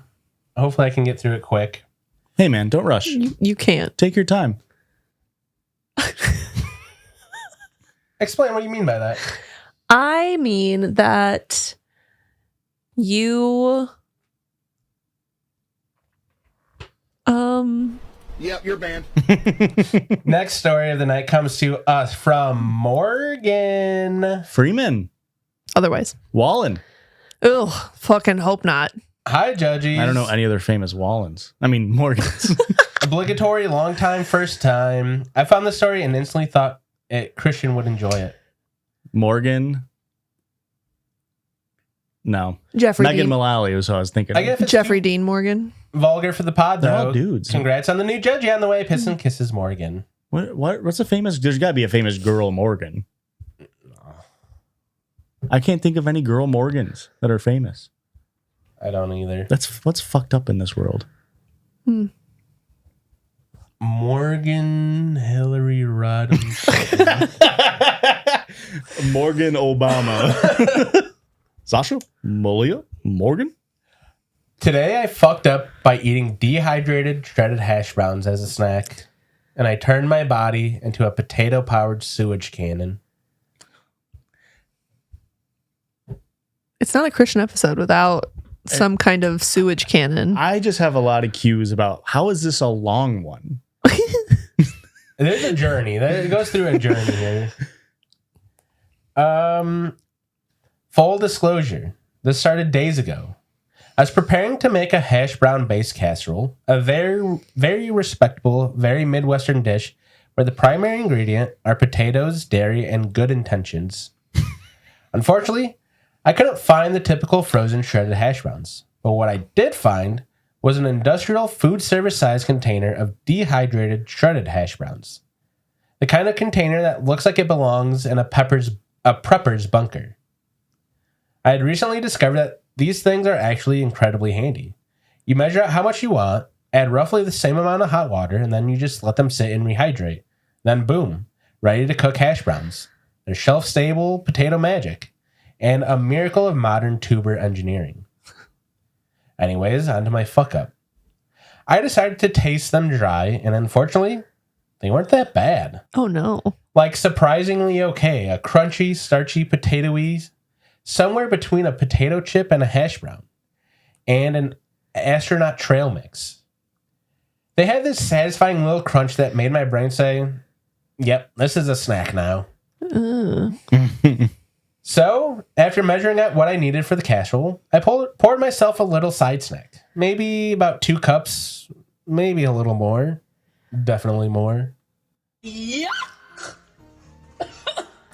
And then I stood there casually eating dehydrated, shredded hash browns like they were some sort of artisanal trail mix. Chef has to taste his damn creation. All the while, my brain was blocking out a crucial question. What if the rehydration process happened inside of me? Yeah. Anyways, I finished making the casserole. Everything seemed fine, and I went about my evening. Fast forward to 1 a.m. when I woke up with the unmistakable feeling that something deep inside me had gone terribly and horribly wrong. I stumbled to the bathroom and unleashed what I can only describe as a gastrointestinal weather event. It was not a normal bathroom trip. It was an evacuation. It was as if my lower intestine had pulled a fire alarm and every resident of Potato Town was leaving through the emergency exit all at once. If that was only the case, I would have ended there shortly. But it didn't. This brown water dam breach was different. In addition to my digestive system running out the back door, I was experiencing the most forceful burps I've ever experienced. Oh. These weren't normal burps. These were massive, forceful swamp gas burps that tasted like starchy regret. At first, I had no idea what caused all this. I wondered if one of my kids had brought home a stomach bug from school.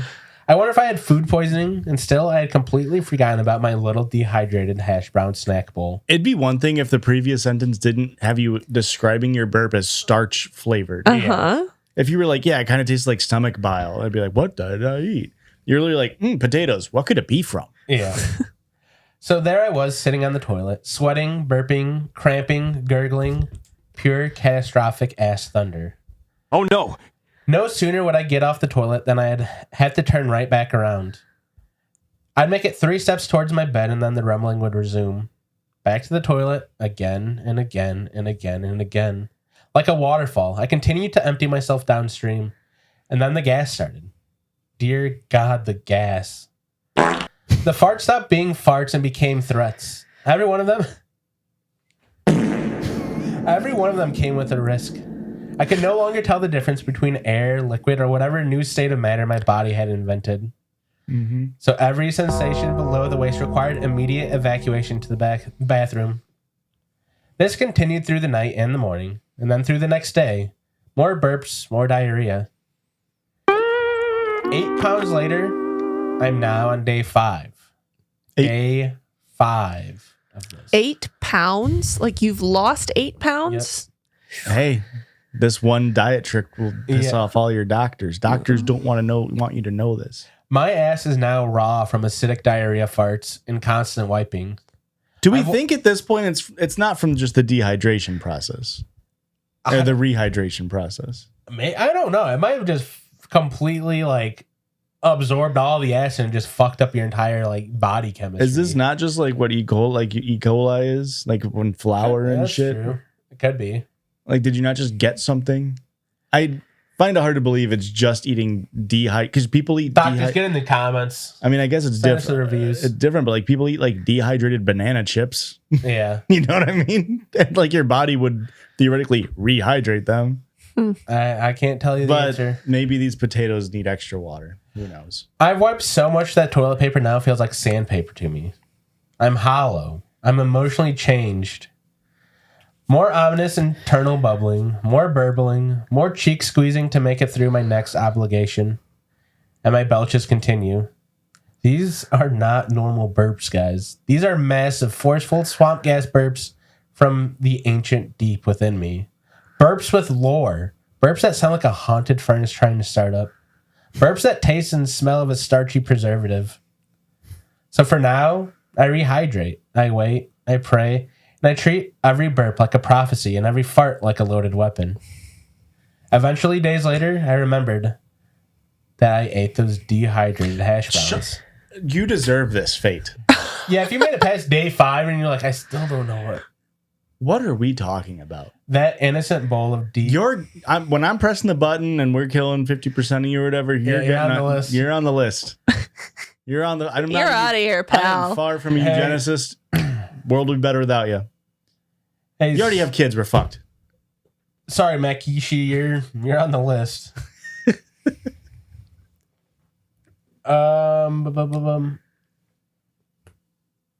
Hey, talk about shit for brains. Lord weapon.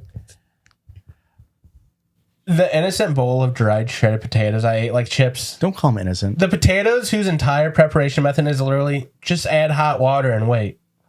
Apparently, I skipped the bowl and outsourced the rehydration process to my digestive system.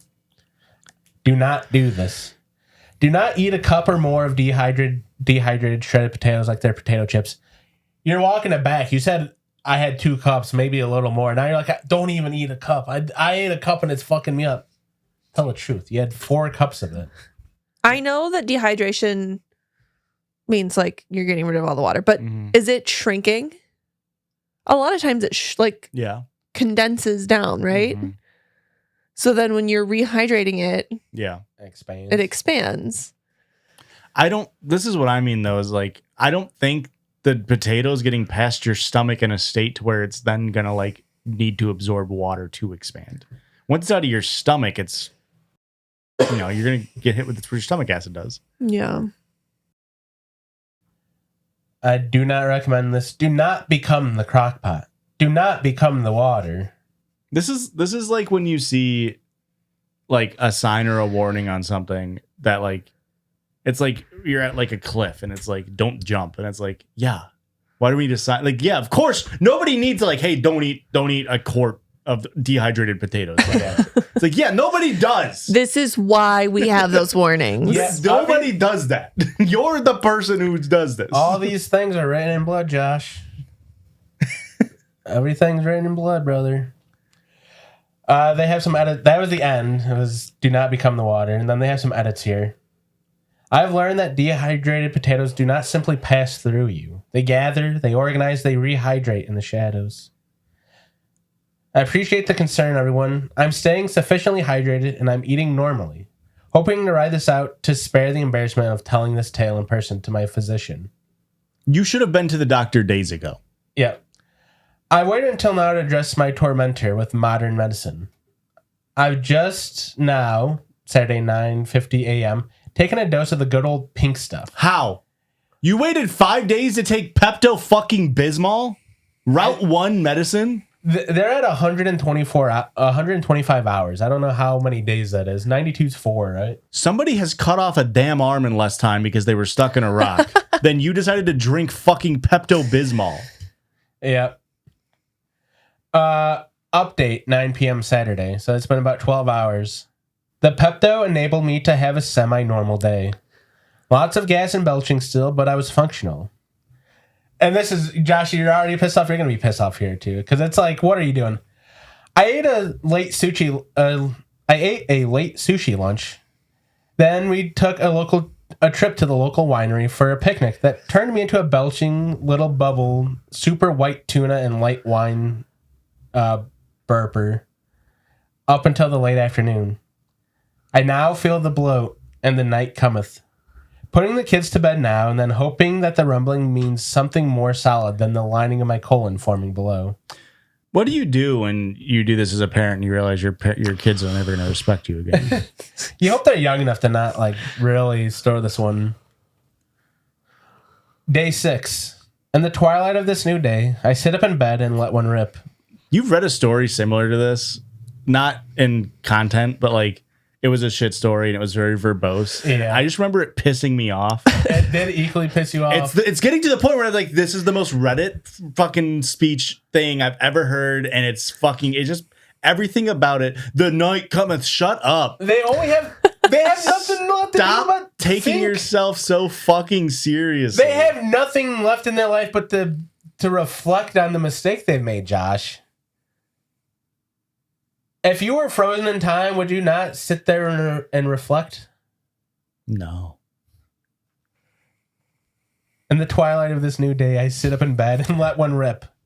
The fog of my first long vibrating air biscuit hangs in the air as the cloud of my sleep dissipates, and I pause for a moment to appreciate the noxious smell of a normal morning trumpet call. I see what you're saying now. For the first time in almost a week, I slept through the night without taking the brown eye, red eye. Thanks to the copay free advice of a fellow Redditor. The haunting sound. Which was forgive me for interrupting for the 1,000th time. Which was to drink Pepto-Bismol. Am I incorrect? Yeah, on day 5. Die and don't procreate anymore. It took you 6 fucking days to be like, Reddit, what do? I'm shitting a lot. And they go Pepto-Bismol, and you're like, that's what I need. Yeah. I didn't even think about, I don't know, the commercial that says for nausea, heartburn, indigestion, upset stomach, diarrhea. Yeah. Something that I have multiple of those of. You checked 4 of the 5. The haunting sound of my chemistry experiment come to life again inside of my insides. Don't call it a chemistry experiment. A few moments later, ate hash browns. I sit on the sharp-stained fixture in my bathroom, and as one Redditor's daughter put it, the dusty poos have returned. However, instead of the hot lava waterfalls that I'm now accustomed to, my tired hole has healed enough to not need to cry out in pain. And just as you go to box foretold, the next movement in this symphony was as black as tar, thanks to the binding power of Pepto. Oh, I forgot it turns your... Was it solid? No, but it was different. And it was at my bidding, giving me the slightest bit of hope that we can turn the corner today. We're on day 6 of the journey again. A new day, a Sabbath. My belches still reek of sushi, but my heart is full. Sunday afternoon update. The crock pot has been unplugged. After a very quiet morning, a prayerful contemplation at church, and my large Americano, my summons finally Why came in. Why are you drinking fucking espresso? What are we doing? This is how I feel. It's like... What are we doing? They keep saying shit, and it's like, why are you even eating real food right now? You should be eating fucking, like, nothing. Yeah. You got a fucked up stomach. You should be on a brat diet. Yeah. Is Americano's espresso, yeah? I don't think it's so. espresso with creamer? I have not a clue. I'm not a coffee connoisseur. I really just hope that it is, and I seem smart. My summons finally came mid-afternoon. No running, no air raid sirens, no questionable whispers from between the cheeks. Just a calm, civilized invitation. Friends, after 6.5 days of agony, I made a successful solid deposit. 2 sizable, somber little submarines, dark as the darkest black and solid as a 2004 Nokia. The saga's coming to an end, and the tubers have finally met their demise. The crockpot has been unplugged. Epilogue. Come on. Day 8, 3 a.m. Although a rather suspicious starchy burp bursted into my mouth before bed, I was confident that the worst was behind me. But here I am, 3 a.m. on day 8, documenting another episode. I woke to the familiar taste of instant mashed potatoes in my nose, and as I sat up and opened my eyes, a hot air balloon full of Idahoans best force of Idahoans best forced its way through my throat so fast that it escaped through my nose and my lips at the same time. A split second later, my freshly healed brown starfish offered up a mostly hollow cloud into the atmosphere. My cat expressed her concern by bouncing away with meows of protest. This cannot still be happening. At this point, I'm surrendering myself to the spuds. The factory is apparently still operational. They win, and my tired and cramping stomach is merely a weapon of ass destruction. It's very wordy. It's beautiful, right? Did they ever mention a spouse? I don't think they do. This is why you're divorced. Oh. This is why you only see your kids on the weekend. Oh. You don't deserve the responsibility. Those were originally sent me as screenshots. They have another update. Oh my god. Day, whatever. Writer's block. I'm not pooped for 2 days now. The waterfalls have dried up and given way to nothing. So I sit and I wait now. Week 2. Sweet relief. Finally a normal deposit. Thank you, God Almighty. It took them 2 weeks to get over this. Yeah. It sounds more like food poisoning to me than an issue with the dehydrated potatoes. Yeah, I don't think the dehydrated thing would last that long, huh? Especially not for a cup. Yeah. Just one cup of dehydrated mashed browns. We assume. They're going back to it every single night. That's the only thing that soothes my upset stomach. So I soaked the potatoes in Pepto-Bismol. Oh, no. Yeah. What do you guys think? You hate the long poop stories. It's not that it's a long poop story. It was chaotic. That story is a recipe website. It's like just fucking yes, that makes so sense. We don't need all of that. Yeah, we don't need an epilogue. That could have been a 2-paragraph story. It would have been fine. Yeah. I also feel like we didn't need the time-stamped play-by-plays. Yeah, I like the times. Well, I like the day-by-days. This is the times. This is a divorced parent. Only sees the kids every other weekend. Can't even fucking figure out how to cook for themselves properly. And they fucking live for Reddit updates, which is why they're 3 a.m, potentially dying, have not gone to the doctor yet. Yeah. And they're like, must talk about my brown starfish releasing dry air. The brown eye, red eye. I don't like any of those. It's terrible. It's so You're living for yucky. Reddit. I love a shit story. What can I say? Yeah, my issue isn't that it was a shit story. It was a shit story. Yeah. You just hate when an intellectual has a shit. It's just the most thank you for the gold kind stranger ass writing, man. That shit pisses me off.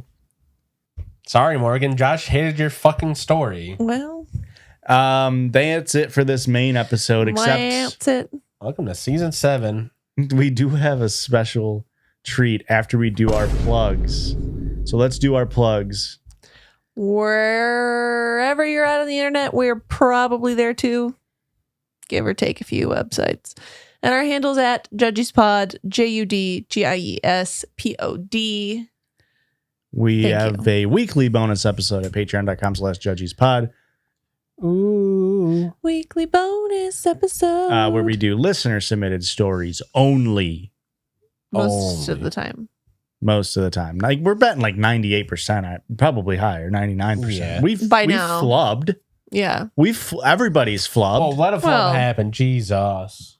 But yeah, so if you want to leave, you can now. We're going to do mail time. We're bringing it back. Mail time. And we're slapping on the end of our main episodes. Yeah. That way, if you want, you can skip it. But if not, it's here. So let's cut to mail time. Mail time.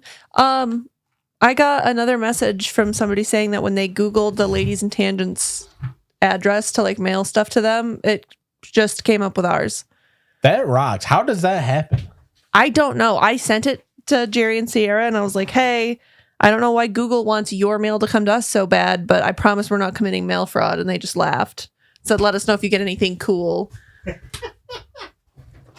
Fair enough. Okay, here we are. Our first mail time back on the main sods. The extra videos just weren't frequent enough, and we were piling up. And people were like, hey, have you gotten it yet? And it's like, yeah, we have. We just were waiting for it to pile up. So we're going back to the episodic mail time. It'll just be on the back end. It was Blake's idea. Everybody say thank you, Blake. Thank you, Blake. And this was fantastic idea, Blake, from Mora, who did give us these eyes as well. So let's see. Hi, Judgies. I finally got my hands on a full-size sheet of paper. I mean, Mora, I hate to call your ass out. More or less a full sheet. Yeah, I mean, it's too thin. Too thin? Too tall. Oh. It's too thin and too tall. Well, you can't blame her on the thinness of the paper. I certainly can. Mora chose it. Get a heavier weight paper, Mora. No. I want some thick cardstock. It's not wide. It's not as wide as a normal piece of paper, and it's taller than a normal piece of paper. This is clearly on a legal pad. And then also the top's ripped off, so it's not even a full piece of paper. Sure. Anyway, a while ago, while Christian was streaming, I asked if he would be interested in some blank. I've come a long way since you sent me pictures of your eyes. A little friend put the idea of evil eyes in my head after I started making blank.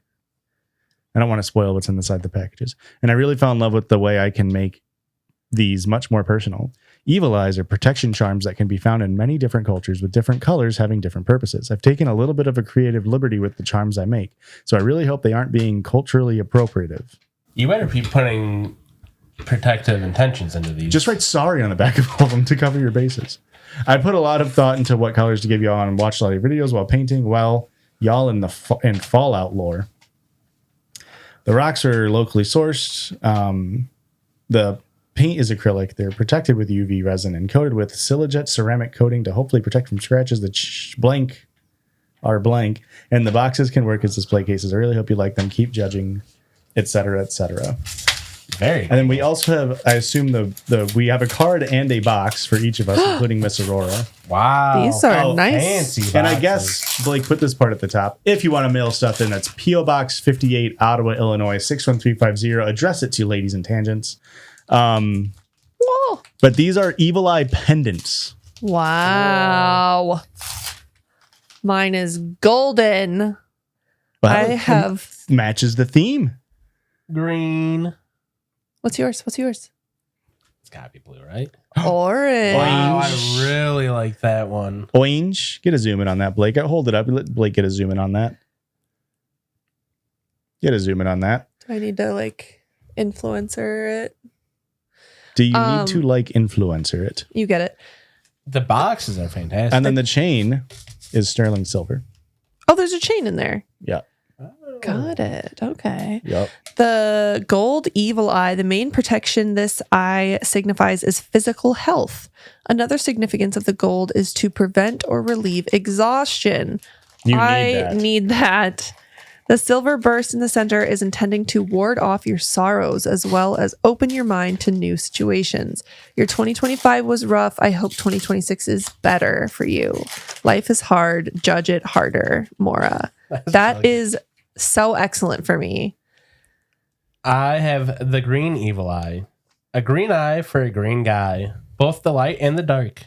Shades in this eye aim to garner happiness and success with your dreams while also promoting your good health. The hints of blue within the eye reflect your calm and relaxed demeanor. Your karma and fate are protected. Stay blazy, Mora. You did teeter a little bit into appropriation on that one. I'll say that. Yeah? No. By saying karma? I don't know. I wasn't even listening. I was prepping Aurora's. Aurora's is purple. I'll read Aurora's first. The purple evil eye.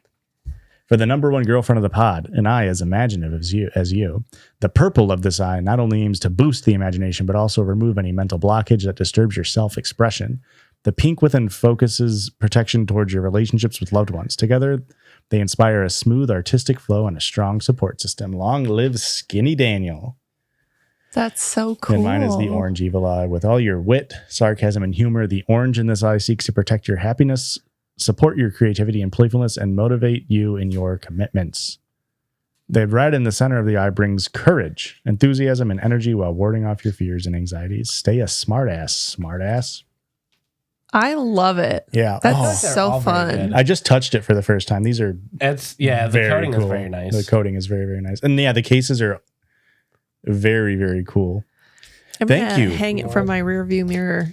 Oh, awesome. I like that. I like that a lot. Well, you can't have it. It's mine. Yeah, that's fine. I wasn't going to hang it for mine. I just like that for you. Well, thank you. That's our first mail time. Again, P.O. Box 58, Ottawa, Illinois, 61350. These, we're going to be going through the backlog. I think this was from like December or January. So thank you. Keep sending stuff in, and we'll just keep adding on to the end here. Yeah. All right. Thank you. Bye. The Judgies love you. See you on the other side. Pay pigs. Are we dropping it for season 4? I think I'm going to try dropping it. Okay. Less embarrassing. Yeah, the counter really got to me. Yeah. Not breaking, double digit. I don't think I got 20. No, you did not. Not even close. Yeah. That's a problem.